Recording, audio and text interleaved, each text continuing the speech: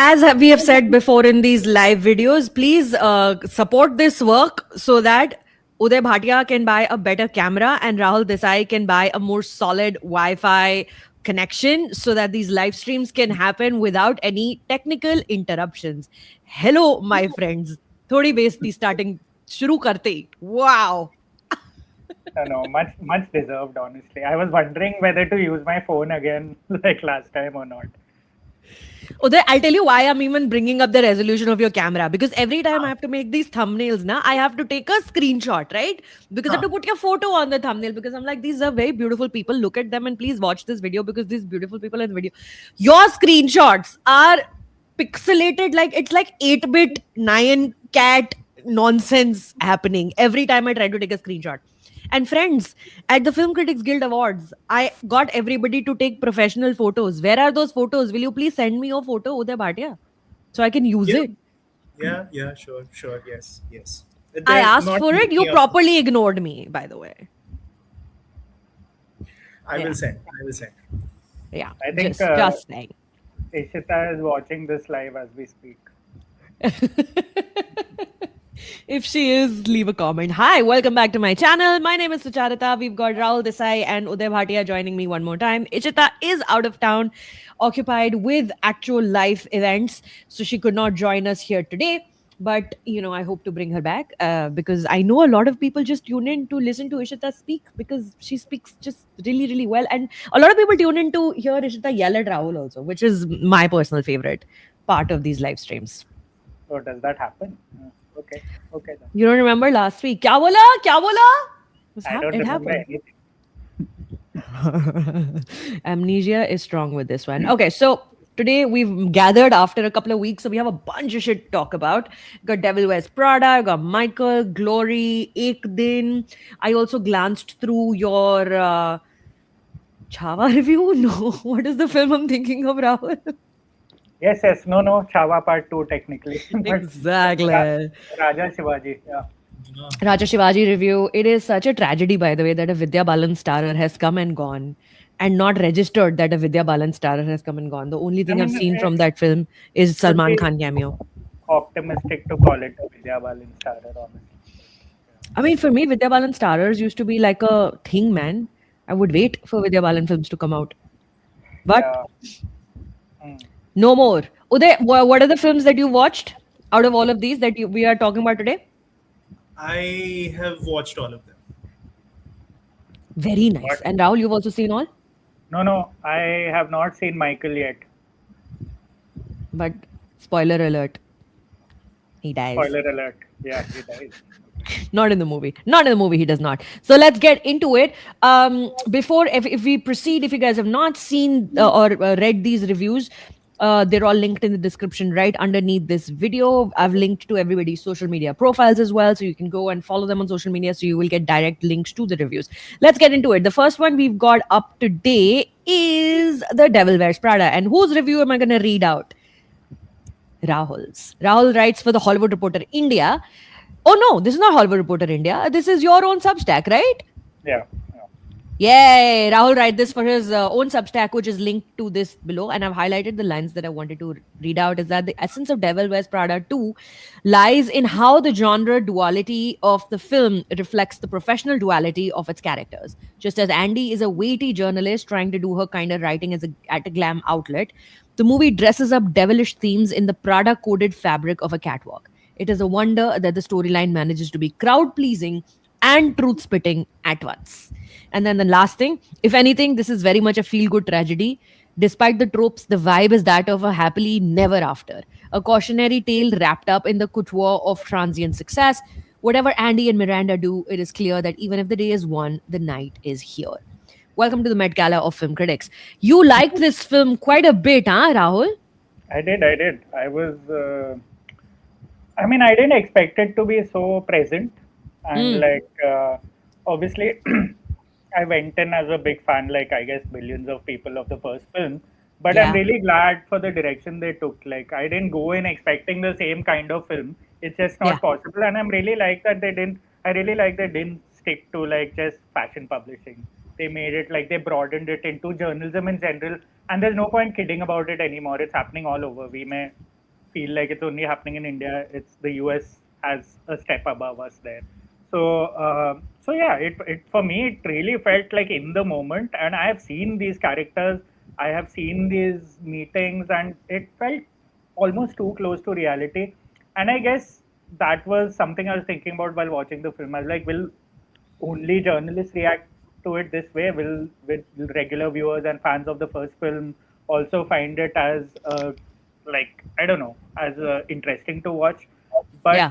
But yeah, it's been interesting. I really like the film. I really love what they did with Miranda Priestley's character. Yeah. Not so much a fan of Anne Hathaway still being the same, but Yeah. but yeah, I thought they got more things right than they did not, and yeah, good mix of sentimentality and like truth. So for those of you who haven't seen Devil Wears Prada 2, the film opens with Andy, who's now a legitimate journalist 20 years after the first one. She's a legitimate journalist and she wins an award in New York City. And the day she wins an award, her whole team gets a text message saying that they're all fired from their jobs. So she goes up on the stage and she takes that opportunity to really sort of give a viral speech about the importance of journalism and the death of journalism, which is what we do here every week. Yeah.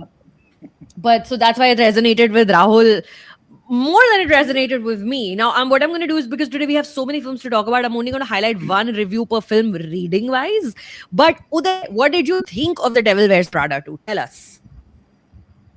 I quite enjoyed it. I thought Yes. as a legacy sequel, I think it's better than any legacy sequel in the last few years, Hollywood legacy sequel, Yeah. because those are generally like, they don't have a reason for existence. This one at least did find something that was, that was worth revisiting for. And Yeah. I think I don't know if it's as like endlessly quotable as the first film, and that's, I think, what made that one kind of a modern classic in a way, a little bit.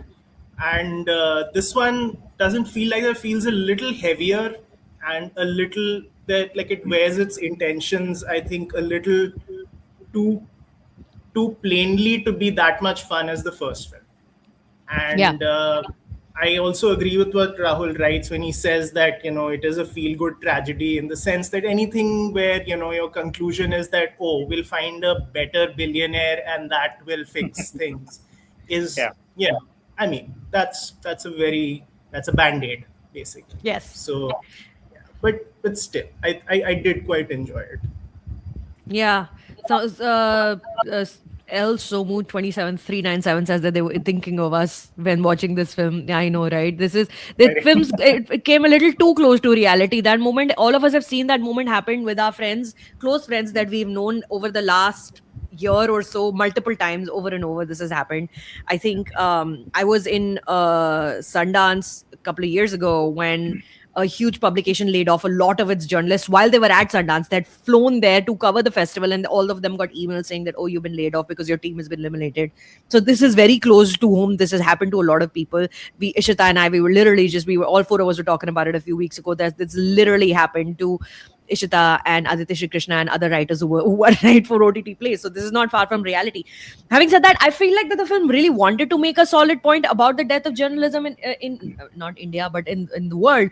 But it just sort of shied away from going there. I felt like the film it felt a little defanged, and there was a lot to say, and I didn't want it to become a documentary film or even like a hard drama film about any of that. But to this point, to have one billionaire and then, okay, now let's move on to the next billionaire. Billionaires are billionaires at the end of the day. They do not have journalists, even if they look like Lucy Liu and they're very calm and composed. I felt like it was a very surface level exploration of what's going on in the world of Andy, Miranda, and because there was no direct conflict between Andy and Emily anymore, because Emily is not in at the magazine anymore. She's running a retail empire, and because there's no direct conflict between the two, she felt like a force fit. Like, you have to bring her in because it's Emily Blunt. Emily Blunt has become a major star in the last 20 years since the first film came out, when she wasn't such a major star. So you have to put her in somewhere. So, but I do like that it was cheeky about the whole Jeff Bezos and his wife situation, and sort of juxtaposing that. But then 1 week,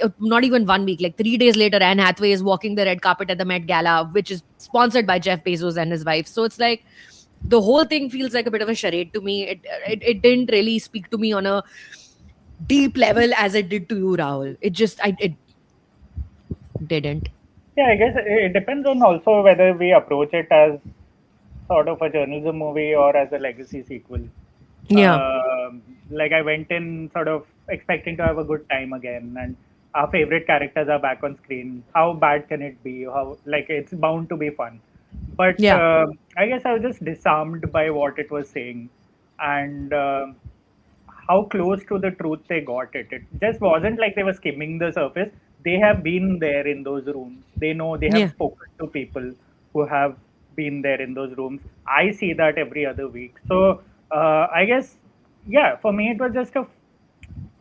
was a nice slightly light-hearted way to look at a very heavy problem facing all of us right now. Because God knows we've ranted about it enough in the last couple of months, and we do that every other week with each other also when we are not on video. So I think for me it was a nice different tonality to look at the same problem in. My one of my favorite sort of legacy films talking about the same thing but being like cheeky about it and funny about it and very 2000s rom-com about it. So I guess that's why I felt an affinity towards the movie, and I really think that it's possibly the best direction the sequel could go in. I'm not going to compare it to the first film. It's not quotable because it doesn't try to be. Yeah. I don't think it can afford to be also because it's Yeah. not a easy theme it's dealing with. The first one was genuinely a coming of age journey of someone who wanted to be a journalist, but this one sort of really brought together a lot of threads that I believe would have happened in the last 20 years. I could almost imagine what happened, the time lapse in the last 20 years when this film started, Yeah. and that's a good starting point for any sequel, I guess. तो जो लोग बोलते हैं ना कि राहुल देसाई को कुछ अच्छा नहीं लगता, you guys don't know he's actually a huge softie at heart. All of that. I really hated how brilliant your piece was, by the way. I really, really, really hated how great it was because it went on and on and on, and every line one after another was just brilliant. And I was just really mad at you for writing like that. So go read the piece. It's at the Substack under this video. It is linked right there. Anthony John says Miranda felt softer and more sympathetic. The first one balanced her narcissism with her humanity well. I agree. I did not. I mean, Meryl Streep is so disarming, right? It's like Ryan Gosling in Project Hail Mary, endlessly watchable. You just put them on the screen, even if they're sitting there drinking a glass of whiskey, looking at a fireplace. I will watch it for 2 hours. They're just intensely watchable actors, some of these people. But in 2006, when the film came out, there was this whole enigma around Anna Wintour. Like, who is this person? And what is this empire? And what is this fashion world all about? In the last 20 years, we've gotten to know so much about the fashion world. I, at least for one, I'm like, there's nothing new that this film tells me. The curtains that were pulled back in 2006 have stayed back that way because of social media, because of other films about fashion, other narratives about fashion, all of that stuff, and the overexposure of the Met Gala over and over. Do you think they timed the release of the film to be 3 days before the Met Gala? It's weird, no? I don't know. I mean, I guess so. Also, is Met Gala the new Cannes? Everybody is there. I'm kind of sick of hearing about the Met Gala, honestly. It's all over my social media this morning, yaar. I can't escape it. Can you? I mean, I've escaped it by not opening my social media, but everyone talks about it. All publications are talking about it, so there's no real escape from it. It's as if it's the best film festival in the world when really it's the Met Gala. I think like 10, 15 years from now, the next generation that's going to be writing mainstream news, at least I'm hoping, is going to be wondering how we were so tone deaf about celebrating billionaires parading, playing fashion. I've dress never up. understood it. Yeah. Speaking of journalism, there's been some good news in the last 24 hours. Our Film Critics Guild member, Suparna Sharma, just won a straight up Pulitzer. Like, what is that all about? It's amazing. So, if you guys haven't heard, Anand RK, Suparna Sharma, and Natalie Obiko Pearson of Bloomberg won a straight up Pulitzer Award. They wrote a piece called Trapped. If you've heard about the digital arrest phenomenon, which is such a uniquely Indian crime that has been on the rise for the last many years, these 3 journalists wrote about it. It was a very interesting, novel way of presenting the story. And it was so good that congratulations, Suparna. She's a member of the Film Critics Guild, and we're all very proud. She's won a Pulitzer. I mean, it's freaking phenomenal. Crazy. It's the first time like I've heard of something like this cool and like such a mic drop moment. And I think Ishita and me were discussing earlier yesterday or today, I don't know, when we heard about this, that I was like, the irony is like if someone as bestowed as Suparna now, who is probably like, I mean, I've never heard of an Indian journalist win a Pulitzer straight up like this. Yeah. And if someone like her were to pitch to a publication tomorrow, they'd be rejected here. Like in this country, they were like, nahi chahiye review iska. So I mean, I'm so glad that she could bypass the entire system, screw the national award, screw everything. There's no award in India that matters as much. I mean, straight up Pulitzer, which is cannot be prouder to be part of the same guild. Uday, your thoughts on Suparna winning a Pulitzer? It's amazing. It's unbelievable, and yeah, just like as Rahul said, it's just like straight up, like just like reach that level. Then Yeah.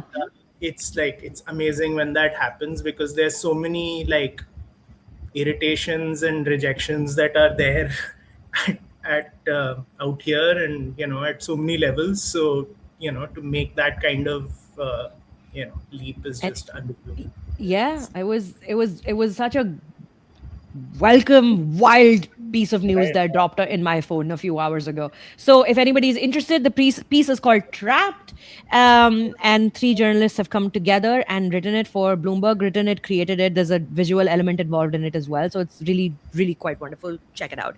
And Miraj is back with more money to offer. Thanks. Miraj is asking about Sapne versus Everyone season 2 from TVF. Did you watch that, Rahul? Oh, honestly, that last week was really taxing, and I had to skip something, and this was what I chose to skip because Okay. I review one TVF show every second week, and Yeah. honestly, thoda fatigue hai. But I've heard this show, the first season was really good, and I missed the second season last week. But I'm human. There's only so much I can do. No, sorry, Should Miraj. I Rahul is. didn't even know of the existence of the show, let alone that it's got a season 2.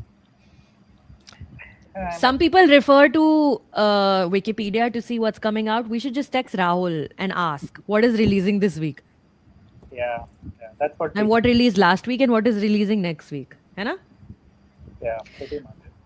But here, listen, you guys. So we before we move on to Michael, and I'm going to read Uday's review of Michael. This is a QR code. If you know that all of us are doing our own independent thing right now, for the most part, Uday is still gainfully employed. Congratulations. But if you would like to support Rahul's writing, Rahul's work, here is a screen grab. What do you call it? A QR code. A QR code that you can scan off your screen and show some love. Support Rahul. Hai na? Yeah, this is for my Substack, just so you know. I'm not just putting a random QR code everywhere. As much as I would love to, because we are heading there. That would be incredible hustle, though. No, that is we are heading there. It's going to be a matter of time.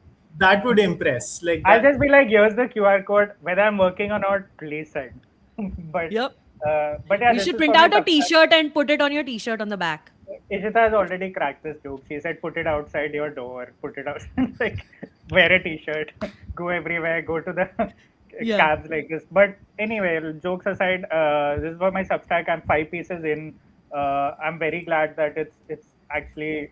I'm really liking Substack. So for those who are thinking of joining it and writing there independently, some very serious readers and writers there. So I mentioned this last week also. So I'm trying to do an essay a week. So for those of you who actually read that, then feel free to support the work. If you don't read, you can, if you like me, sure, go ahead.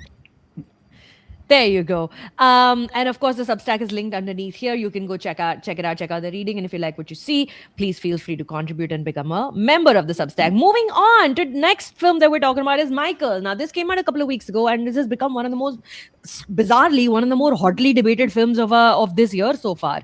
Internationally as well. Spike Lee has come out and said people who don't like this film are something or the other. Farah Khan said on her Twitter that this film just proves that critics are morons in every country, which is a screen grab I sent to my friend Siddhant, and I was like, look at this. Funny. So, this film has really sort of become a strange dividing line between critics and audience and filmmakers all of a sudden. I don't know. Before we jump into our general thoughts about the film, let me read what Uday wrote in Mint. Uday said if Logan phoning it in is disappointing, it's unlikely anyone had great hopes from Antoine Fuqua, a journeyman's journeyman. The film has all the excitement of paid promotion, scene after scene of embarrassing praise for Michael, the musical artist, the dancer, the philanthropist. There's no insight into his creative process.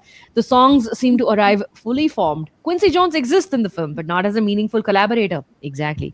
There's a sequence where Michael, having seen reports of LA gang wars of TV, summons members of Bloods and Crips to the studio, where he engineers peace by getting them to dance together for his Beat It music video.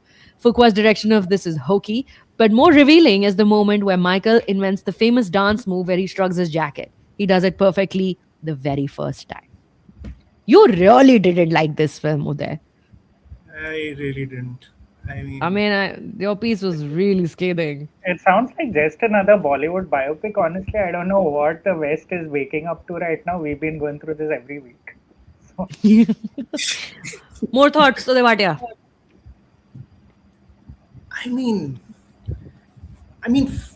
Forget all the moral cowardice associated with making this film and making it the way they did.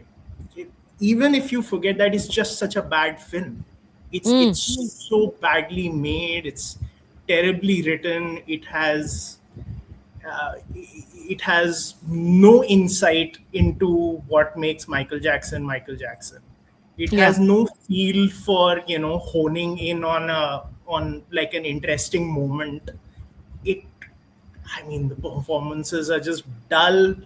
It has so much good material to use, and it just takes the most boringly the ones that you would expect to be there are all there, and nothing comes as a surprise in the whole film.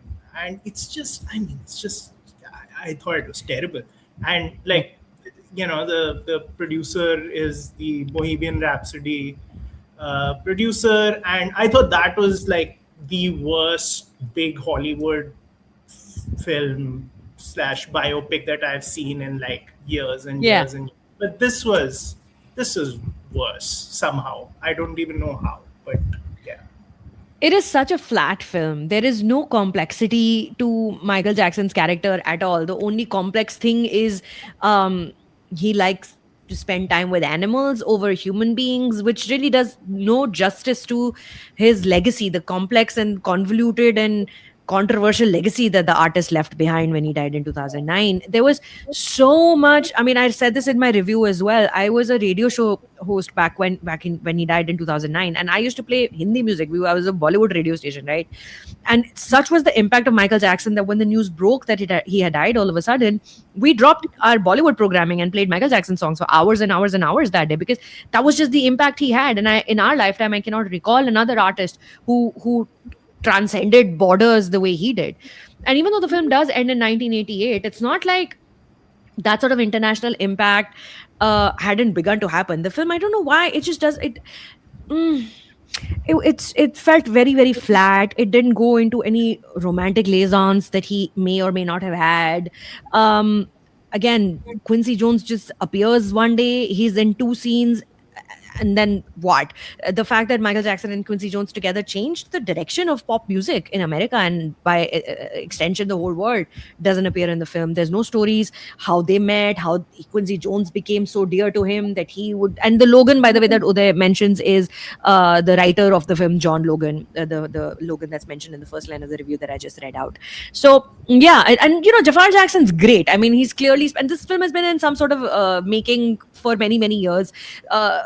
It was announced many years ago, and then Jaafar Jackson was signed on, and then he's been preparing it, and he's great. He looks good, but the alleys of Las Vegas, I assume, are littered with brilliant Michael Jackson impersonators. He's a great Michael Jackson impersonator, but is that enough for a film to be good and enjoyable, Uday? No, I thought it was that. I thought it was a great impersonation, and it brought nothing to the part. And what use is it to have an actor if you can't bring something to it, if you can't kind of bring an insight or like a humanity or something to that, some kind of curiosity to the thing. If you're only endeavor is to capture as closely, an imitation of what was, then to me, I think at least that is like supremely boring. So I don't know. I wasn't big on Jaafar Jackson's performance. I have to say, I didn't think it was a particularly good performance. But I don't think he had any great support from the writer, director, any of them, because it's clear that everyone was just out to make the kind of film which turned out. So I don't know how he was going to give a great performance under those circumstances also. So Why do you call Antoine Fuqua a journeyman's journeyman? You're not a big fan of his filmography? never liked really any of his films. Yeah. Yeah. Rahul was smiling before when you read that out. I don't know whether Your thoughts, Rahul? Yeah, no, it's the same. It's the corny action B movies that he's made most of his life. Like, and it's one of those HBO repeats that we used to watch like back in the day when like TV Felt was very still a much thing. like that, this film. Yeah. Yeah. I haven't watched this film, so I'll reserve my opinion. But the one thing that I did notice in the last couple of weeks is there's been an edge to the voice of people who've approached me saying, "Have you watched Michael? Have you watched Michael?" I was like, "No."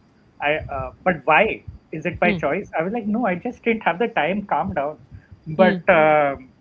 But it's almost like they are hoping to get into that same debate, Dhurandhar style debate, because they are all very aggressively like, you know what, we've come with our opinions.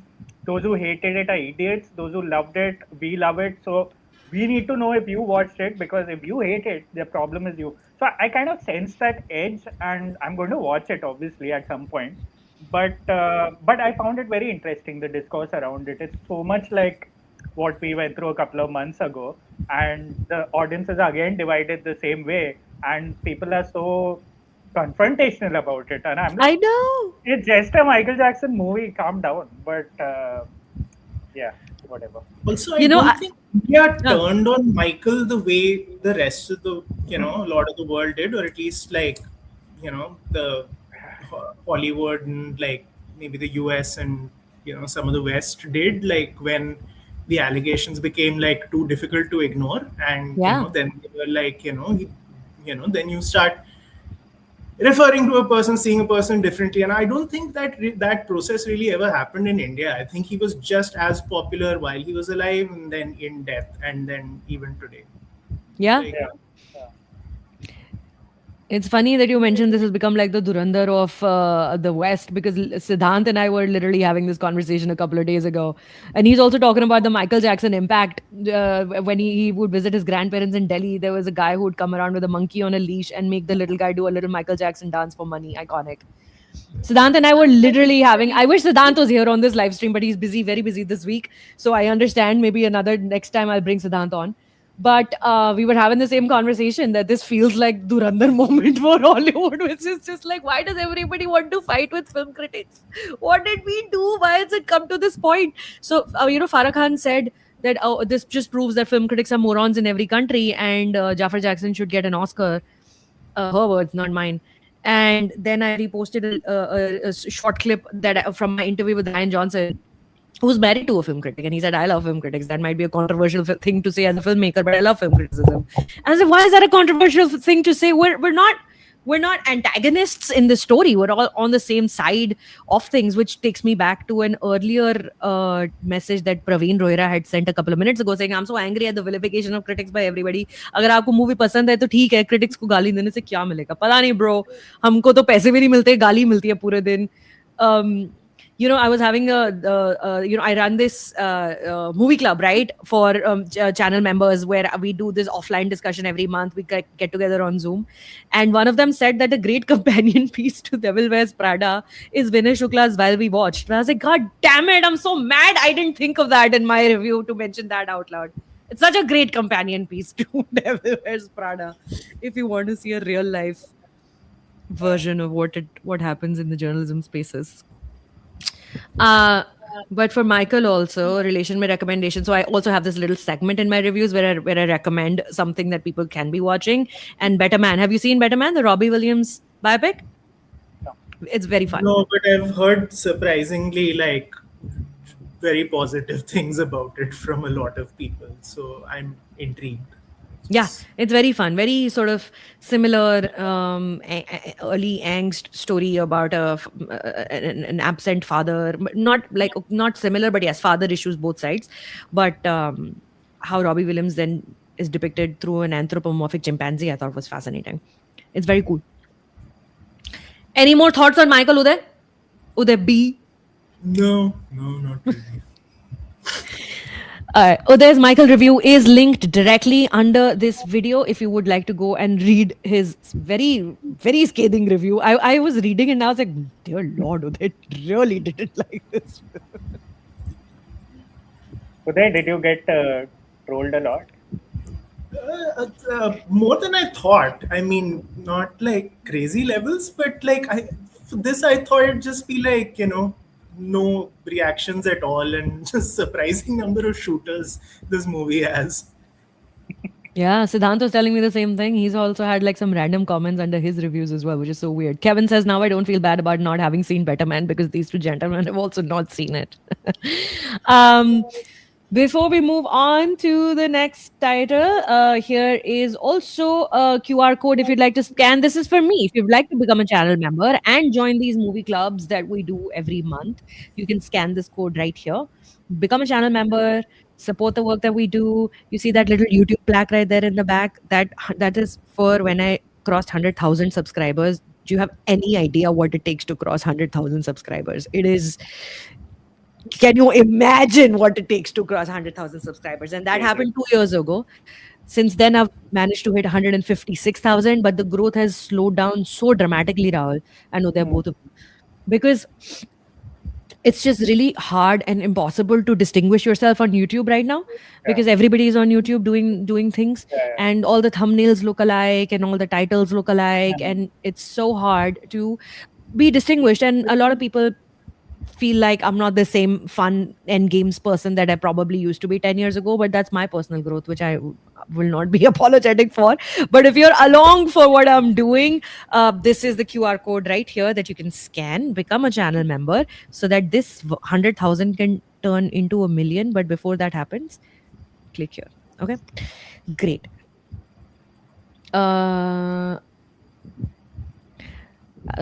From Insta, so happy to see you doing what you do. You have such a unique voice. El Somo 27397, thank you. Very kind. Tejasveer says, big fan, guys. Keep doing great. We are missing Ishita, but this is for her also, because I just like to involve her in things. I need more women doing this, basically. The Anthony Bourdain biopic. Has anybody seen the trailer for this? I saw. Yeah, I saw it. What do you think? Interesting, I guess. Uday? Sessa looks the part. Yeah. I mean, I hope the film kind of. This is the guy who made Blackberry, right? I haven't seen the trailer. I have no idea what this is. Huh? Yeah, it is. Blackberry was really fun. So Blackberry was fun. So I think I'm quite hopeful. I mean that Yeah, Uday, me and Ishita watched Blackberry in Delhi together. It was a really good sudden screening that we had. So yeah, if it's the same guy, then I expect good things. Even the new Odyssey trailer dropped today, by the way. Yeah, which I haven't seen yet. But there's you can't avoid Odyssey trailers. I think in America they're playing everywhere. Everywhere I turn, it's like an Odyssey mention or a trailer or somebody raging about Lupita Nyong'o or something or the other. It's everywhere. I'm very excited. Anvay says, hope they don't do the Beatles dirty. Yeah, I mean, 4 films. I mean, 4 films, 50% hit rate also will be fine. And Farhan Akhtar is in it, so I'm excited for him. Okay, let's go. Ek Din. I haven't watched Ek Din. You guys have watched Ek Din. Both of you were sort of mellow on Ek Din. I think it wasn't as bad as maybe people thought it might be. Rahul? I don't know. What do you say? What is bad anymore? It's just, yeah, I mean, the trailer honestly sort of really invited like scathing reactions, and Yeah. rightly so, because the trailer was pretty much the whole film, which in itself was a remake. So, and it wasn't looking good from the get go, honestly. Mm. And Mm. I don't know what Aamir Khan Productions is doing right now in terms of how simplistic they are making their cinema. They clearly have a demographic they want to cater to, and they are dumbing things down to a level where I don't know how you can dumb a love story down more than it already is. Yeah. And obviously, you could tell that this movie has been shot after Sayara because they tried to do a lot of stuff. Um, the plot is similar. The actress is, I mean, the character is similar. Mm. So the condition, medical condition, is similar. So it's a goofy sort of premise in that sense. But what I liked, what I think we've discussed so many times, the conviction they showed and the commitment they showed to go after it in Sayara, it lacked it here because it was Mm. too. Yeah, they just could not pull it off here. Like, and with large reason also because I don't think Junaid Khan was the right choice for this Mm. at all. Like, it Mm. just did not work. He, like his father, plays certain certain traits of being a man as medical conditions. That's the Mm. problem with Amir, and that is the problem. Junaid is an introvert here. He's awkward. He's an IT guy. So he plays it like he's a cartoon, and that Mm. immediately turns you off. Mm. And Sai Pallavi is, for me, she really worked in this film. Like, she is the conviction that the film was missing. Like, with that hit, despite having a language that sounds funny, the Tamil Hindi basically on screen, which people criticize Vijay Sethupathi for when he acts in Hindi films and shows. Like, her face alone is a reflection of what the film should have been and what her character should have been, and she really commits to some of the scenes where sometimes I was getting a little emotional only. And as soon as the reaction shot cuts to Junaid, I'm like, it just no, they're two separate films. They cannot exist in the same. Uh, yeah, so after a while, it's just too glossy, too curated, to really pull off that big Bollywood romance that all of us wait for every year. Honestly, like Mm. I happily went in thinking that even if they make me feel like 20% of what I surprisingly felt during Sayara, I would be happy. But it just, apart from Sai Pallavi, I really didn't see anything beyond that. Uday, didn't you note in your review that this was shot before Sayara was shot? So at least apparently the Japan part is all shot before Sayara. Yeah, so they clearly added like a lot of the post Japan stuff, or maybe they not added, but like I think there was a clear influence. Like that last scene Maybe, was so but Sayara. it's a lot of it is the 2016 film, Yeah, the Thai the film. Mm. 2016 Thai So film, which let's I let's watched. let's read let me read that portion from your review. I have it here. Let me read it out. So Uday says that as I watched the film, I thought Sneha Desai and Spandan Desai's dialogue writing was occasionally amusing, often corny, but that their screenplay clicked into place satisfyingly. But after looking up the Thai film, I'd pass on that credit to its writers. Yeah, Uday. Hmm. Yeah, so and I watched it in the original language because I couldn't find one with subtitles, Hmm. the Thai film. But even then, I could figure out that the punchlines are the same. The Hmm. scenes, anyways, you could see that they are the same. The styling of the characters in some of the scenes are the same. And it got me thinking, like, what a boring way to make films, man.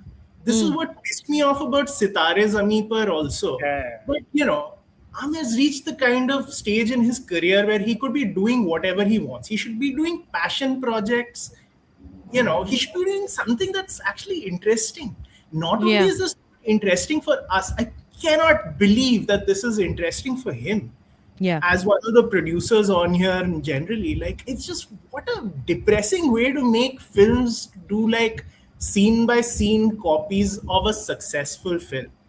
And it's not a terrible film. I mean, then it's watchable enough, but it lacks that, as Rahul was saying, that kind of that Sayara gale force kind of thing. And Hmm. you and I aren't as big on Sayara as Rahul and Ishita, but I think, I mean, you can see, even if you don't like it that much, Sayara goes like 100% after its target. Like there is Oh, yeah. real emotion in what it does all the time. Like there is some real intensity out there, and this one just doesn't have it. And some of that's down to Junaid, unfortunately, because Sai Pallavi is really good, Yeah. and Junaid's quite bad, I have to say. It's just, I mean, I I am sympathetic. He's, but it's just not good. There are some scenes that are like kind of queuing him up for like, very Hindi movie moments, like a scene where his mom comes in the end and tries to comfort him, and, he has to cry. And, actors have been nailing that kind of scene down the generations. You have no excuse to not hammer that scene into the ground. It just, and he cannot do it. It's just, and if you can't do that, then you're in trouble, I think. That moment is very interesting because that's honestly that moment I thought in theory moved me, because I was like, you cannot get it wrong. His face is covered. He's breaking down in his mother's arms. But the reason that scene didn't work, and I was like analyzing like a computer scientist then while watching the film. I like the reason that scene didn't work is because of the way he answers the doorbell. Like this tall guy, then drooping his shoulders like it's a damn condition, like he's having a backache, to show that he's sad. Okay, my life is bad. So you don't droop your shoulders so animatedly to show that shit has gone wrong in your life. All you have to do is open the door and break down in your mother's arms. But nobody corrected him. Why? Because Aamir has been acting like that for years. And I just, it's sad, and it's disappointing, especially coming from Aamir Khan production. Even make a Happy Patel. At least like you're making something different. Swing. Yeah, that's a swing. That's a swing. Like I don't care if it works or not. But what is this? Like you can't keep making something derivative. You can't make it so obviously look like a platform for your son. This nepotism, why bring it back into the vocabulary when nobody is having a good time about it? Like Junaid just does not belong so badly that it's you feel sympathetic for him and by extension for the character sometimes.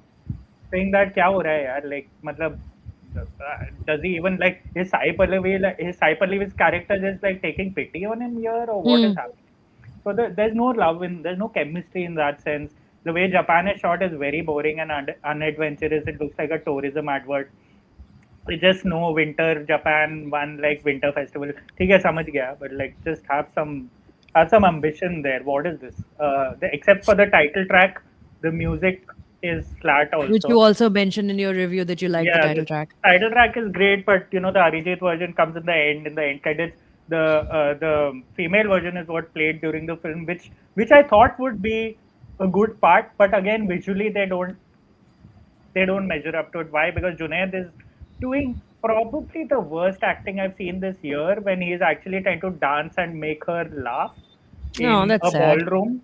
And it looks really, and Uday knows exactly what I'm talking about. And he's face palmed. He knows exactly what you're saying. The whole audience face palmed. You could hear like a collective thing. And it's so sad to see that, because I don't know what the character was doing in that moment, what the actor was doing in that moment, and Sai Pallavi had to look like she was impressed in that moment, which was just no. Uday, you also really enjoyed Sai Pallavi's performance, huh? Like Rahul did?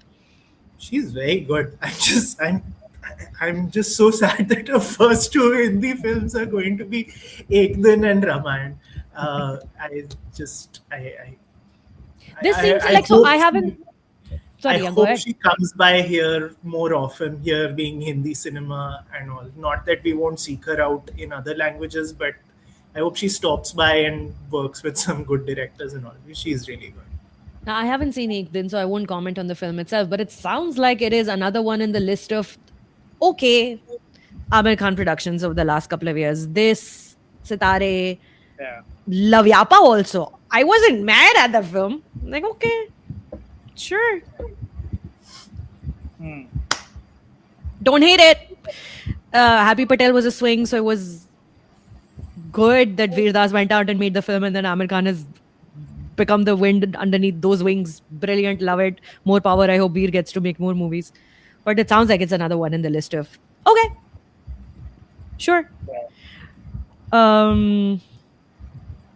Kevin says there's a saying that no one sets out to make a bad movie, but it seems like a lot of people are happy to make safe movies.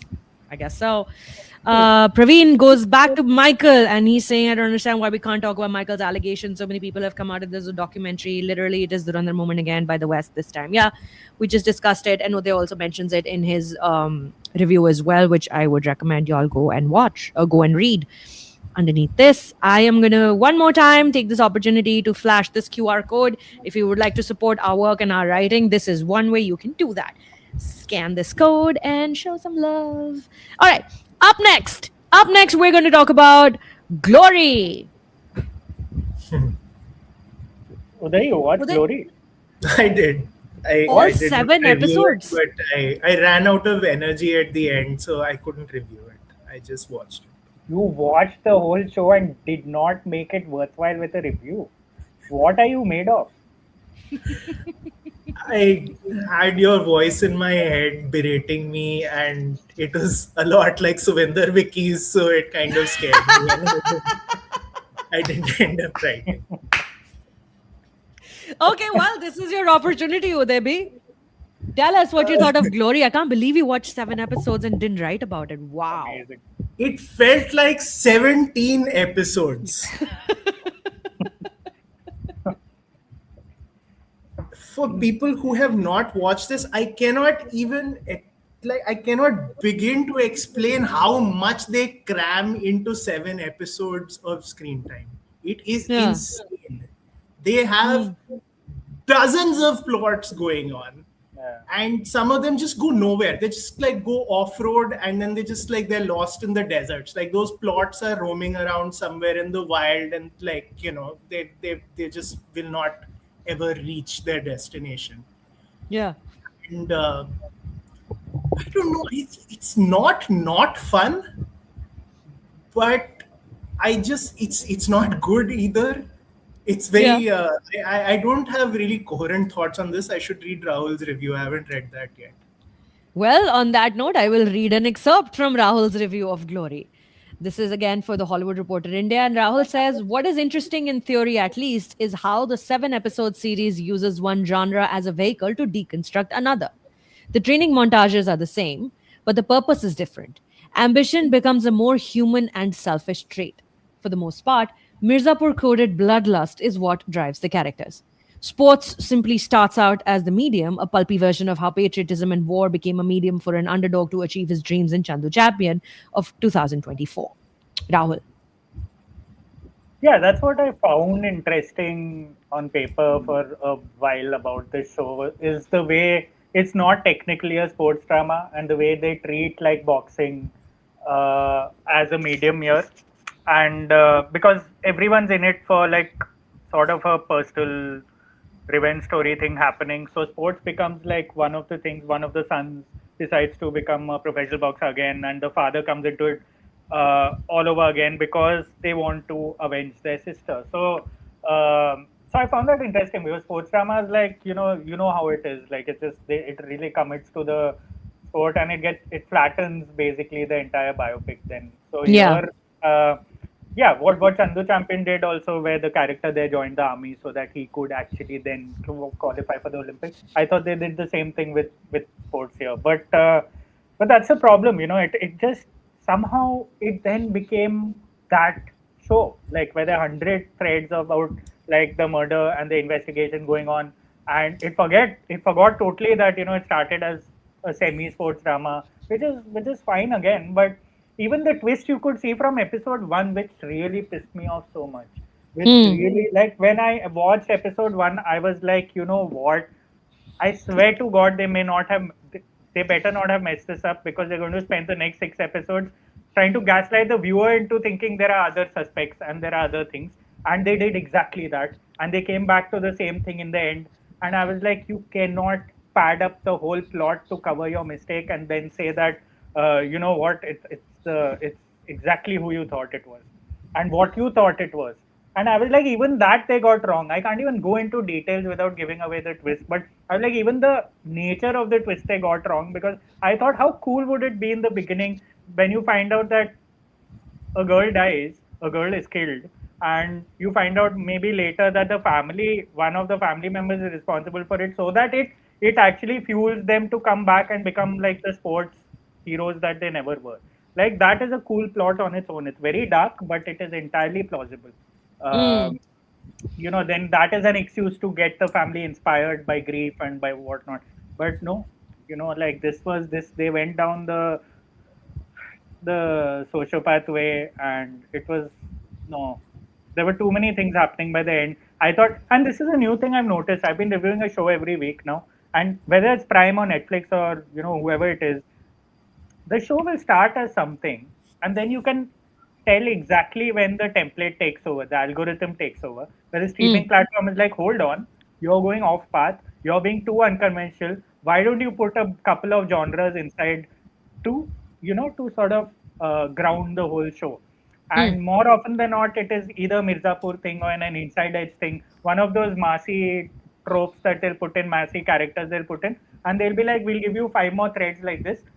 And by the end of it, the original core of it is lost. Whatever the voice of the filmmaker that I thought they had here in the first 2 episodes is gone. So I thought the first episode was a solid world building here. There's a lot of potential.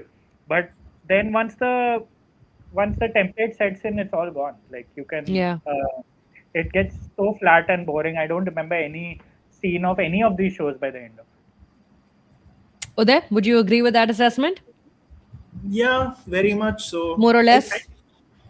I think they're trying to graft like a kind of Sudeep Sharma, Delhi Crime kind of nihilism and grittiness onto like a very pulpy story and treatment. And that it turns out about as confused as that should be, because I don't think they do justice to either. They want to be like this kind of savage kind of drama, and they also want it to be like this kind of fun, pulpy thing. So you literally have one scene of one and then one scene of the other, and you can't go from one to the other. And it gathers so many fun actors and then gives them like so much stupid stuff to do. I cannot even it's just there are so many interesting actors, I think, and it's just a mess. Like, this is the first time I have not enjoyed Sikandar Kher in something like we last saw him in what, 21, no? Yeah. That was the last time I saw him in. Last really time good? in 21. And there's Zakir Hussain, who's usually always so much fun. There's Ashutosh Rana, who's always dependable fun. And it's just, even Suvinder Vicky, right? Like, he's so flat. Like, it's just so pretty. I love when you say it in your review, Rahul. What Suvinder Vicky is like, what would Amrish Puri be doing in the OTT era? Those are the kind of roles he's getting to do. He's typecast a little bit, you're thinking. Totally, yeah. I couldn't stand that character in Dhurandhar 2. My God, horrifying. So bad. So bad. As great as he is in Kora and Punjab 95, Dhurandhar 2 is like such garbage. Speaking on actors, Vishesh wants to know what's Pulkit Samrat like in the show. I mean, he's functional, I guess. Oh my God. Once you're fukraying, you'll fukray forever. You're never getting out of it. There's still a little bit of that happening. It's always going to happen, and you could see he still idolizes himself, models himself on Salman Khan. So the hangover is still so obvious that he seems stiff in a lot of scenes. But the stiffness sometimes works because he's playing an athlete here also, and he's also playing like the younger, more naive son here, less of a loose cannon. Divyenndu actually has the better role here. And he does a good job of it. There's a lot of Mirzapur in the way he acts, but again, the characters let down more than the actors themselves. I think the cast was functional enough, but as Uday said, a lot of good actors wasted. You could have done far more. You had so many. You had so many options to, and if you're going to put all those threads in there, then at least give us something more than Sikandar Kher just playing an eccentric gangster. Like he can do that in his sleep, and you Yeah, can't. he's very good at doing that. Yeah, he's very good at doing that, and but then you're This also eccentric the man. yeah, like the exposition, they use every character for exposition because it's clearly a template with like streaming platforms saying you need to explain to the audience every 10 minutes what's happening. Yeah, yeah, I yeah. don't care how you do it. I don't care how you do it, but put it into the dialogue or put it into the character. So Sikandar Khair only appears for that. He asks questions of his victims, saying "Tum log kyun ho idhar?" And I was like, God, what happened to Indian streaming? What has Netflix and everyone done? I think But, Devendra is a fantastic actor, and I feel like there's not much. Yes. He doesn't get enough flowers. There must be my algorithm or something, because I was looking up all your reviews and reading about the show, and then this clip randomly popped up from Madgaon Express on my Instagram of Kunal Kim, who's sitting up on stage and going like, "यार ये राहुल देसाई का review पढ़ के मुझे 5 phone आ गए हैं सुबह से. इसको कुछ अच्छा नहीं लगता है. इसको तेरी फिल्म अच्छी लगी." And the camera cuts to you and Nishita sitting in the audience just laughing, and he's like, "कहाँ हो भाई तुम हो क्या भाई?" Where was this? This was, I think, Oh, you don't know this? No, I don't know this. Post-interview. Suchin was doing it, I think, a couple of years ago. Yeah, Suchin was doing a live conversation with the Madgaon Express team in front of a live audience, and Kunal Kim was like, "I've gotten 5 calls since today morning saying, Rahul Desai, I really liked your film. Where are you, brother?" And I have to admit, in that moment, I have to admit, like, as funny as it was when it was happening, I looked at all the actors on stage and I looked at Divyenndu and I got a little scared because, he's a little, like, when I look at him, sometimes he plays such edgy characters. Yeah. And I think he's a great actor. And that sort of spills into his persona sometimes during interviews. And when I looked at him, I was like, he's the only guy not smiling. What have I done wrong? Is he going to kill me after this? But Run away real fast. yeah, I know. But it looked like, I like that aura of certain actors, where they're unpredictable. You don't know what's going to happen. Yeah, but you wouldn't have shown up for a Madgaon Express live conversation if you hadn't liked the film. So it was a safe space for you to be in, at least in that day. They can be mad at you on other days, but that day they were all very happy you were there. Now, there's about 150 people almost watching this. All you got to do is click the thumbs up under this video, because if you tell YouTube that you like this live stream, then YouTube is going to propagate it here, there, everywhere, and other people might get to watch it. Please subscribe to the channel.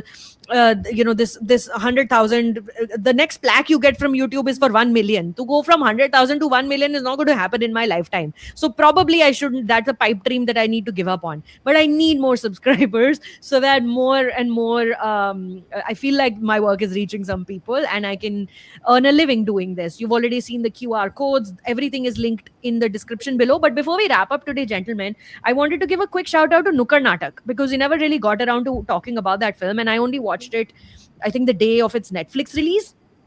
Now, Nukkad Naatak is this as indie as it gets. It's written and directed by first-time feature filmmaker Tanmay Shekhar.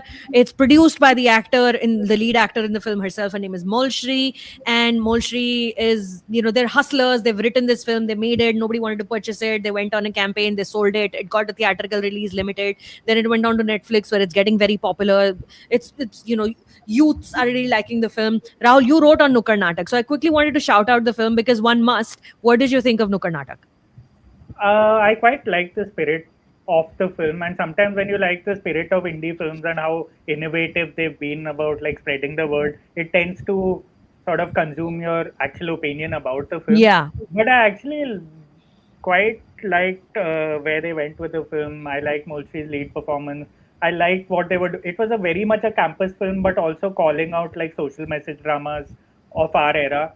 Of course, it's not like very high on production value, not very sharp on craft, but I think it, like, if you are to weigh, and without saying it like treating an indie with kid gloves or anything, I thought it had a very relevant theme to talk about, and that's why I can see why the maybe youngsters are reacting to this the way they are, because it's very much a film of our generation, and yeah, I think it was fundamentally solid. So even if like parts of it didn't work for me and all, I think I'll remember the film like for some reason.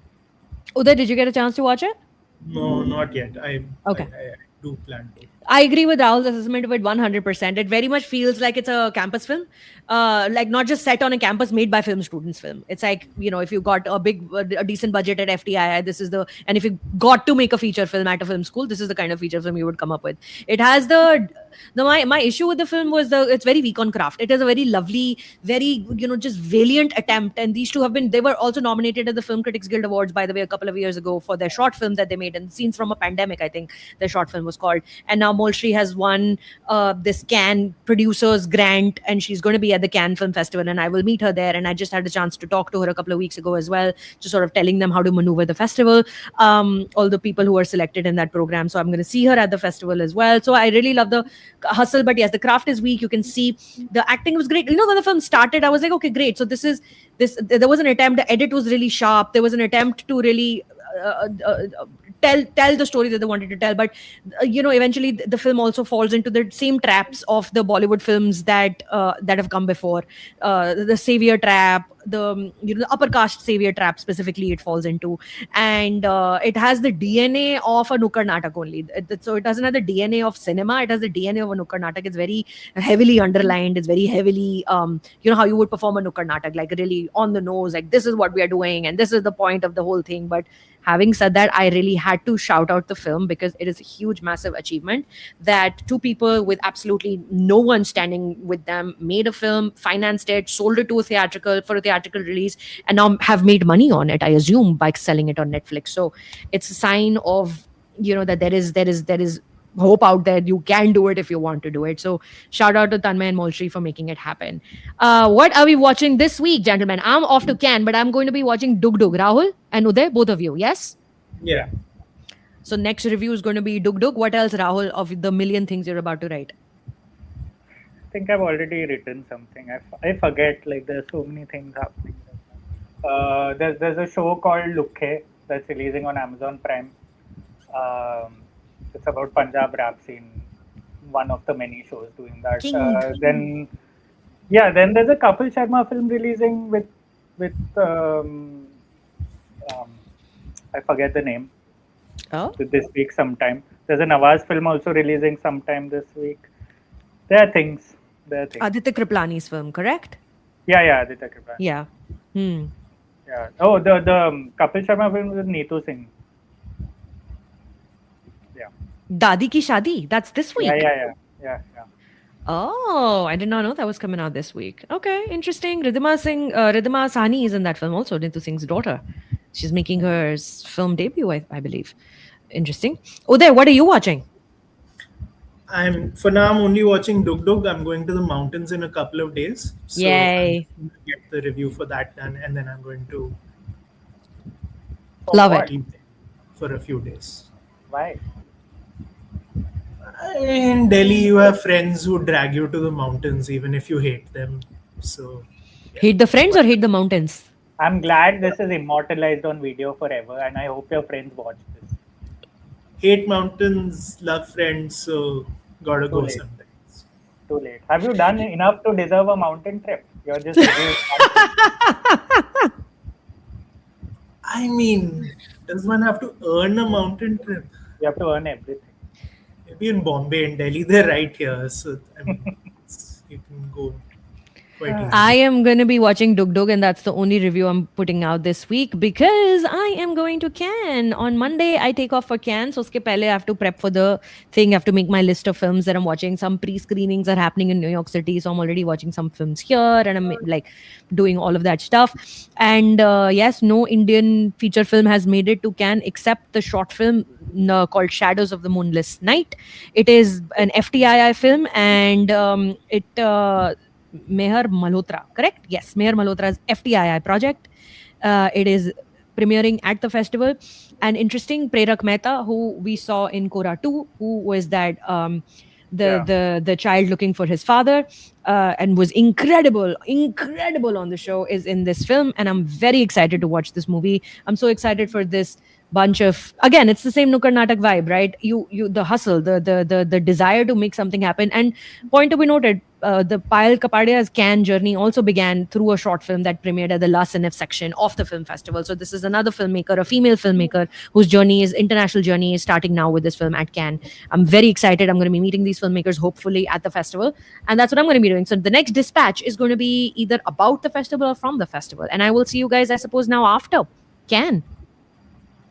Yeah, I guess. Feel free to call us from Cannes if you want. Maybe I will. Once again, all the links to everybody's profiles are under the video. Please subscribe, like, and Uday also is feeling left out that he doesn't have a QR code today. So just show him some love. Go to his Twitter and just say nice things to him. Hai na, Uday? Is that enough? That's So they just said put a QR code to show that you support me. There's no money needed. It's just support QR code. I will make a QR code and it'll just open to a web page of various blurry screen grabs of Uday's face from all the live streams that we've done. Start with a Tana, end with a Tana. So Yay! Oh, thank you guys one more time, and I will see you guys soon, okay? Okay. Bye, gentlemen.